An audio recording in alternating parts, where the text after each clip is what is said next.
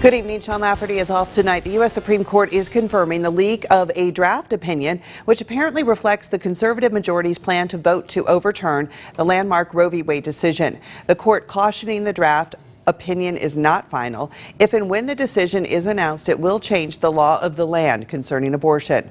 Currently, under Roe v. Wade, the right to an abortion is protected by federal law. Under the new opinion, that would no longer be the case.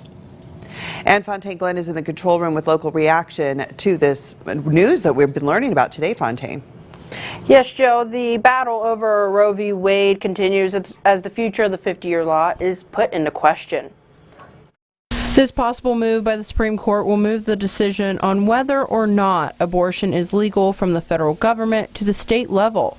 So what does that mean for Pennsylvania? This means that states like Pennsylvania, which is surprisingly to many people a very socially conservative state, is likely to outlaw abortions or make them very, very difficult for a woman to have.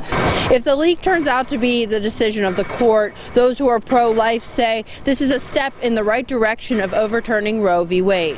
We do anticipate that there's going to be movement on Roe versus Wade, given the makeup of our Supreme Court.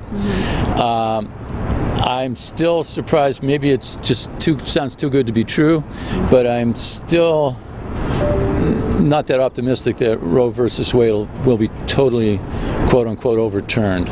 But for those who are pro-choice, they say the decision could be dangerous. Abortions aren't going to end just because it's illegal. We've experienced that already. So what it's going to do is it's going to make it more dangerous, and it's going to harm the folks that have been harmed over and over.